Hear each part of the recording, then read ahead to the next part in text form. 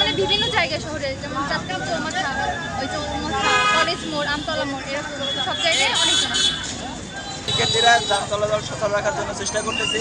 আমাদের কর্তব্যরত পুলিশরা তো তারা অব্যাহতি নিছে, তারা রাষ্ট্রের দাবি না মানলে, তাদের দাবি না মানলে কাজে মাঠে নামবে না। তাদের দাবি ছিল জনগণের পুলিশ হবে, তাদের এই দাবিগুলো মানিয়ে নিতে তারা অবশ্যই দায়িত্ব পালন করতে পারে। তো আমরা চাই যে তাদের দাবিগুলো মানিয়ে নিয়ে সরকার তাড়াতাড়ি আমাদের সাহায্য করুক। এই শহরটা আমাদের, এই শহরটার যানবাহন বা সব কিছু নিয়ন্ত্রণ রাখার দায়িত্ব আমাদের। তো আমরা আসলে নিজের তাগিদ থেকে সবাই নামে আসি যে কীভাবে কি শহরের উন্নয়ন মানে যানজটের নিরসন করা যায়।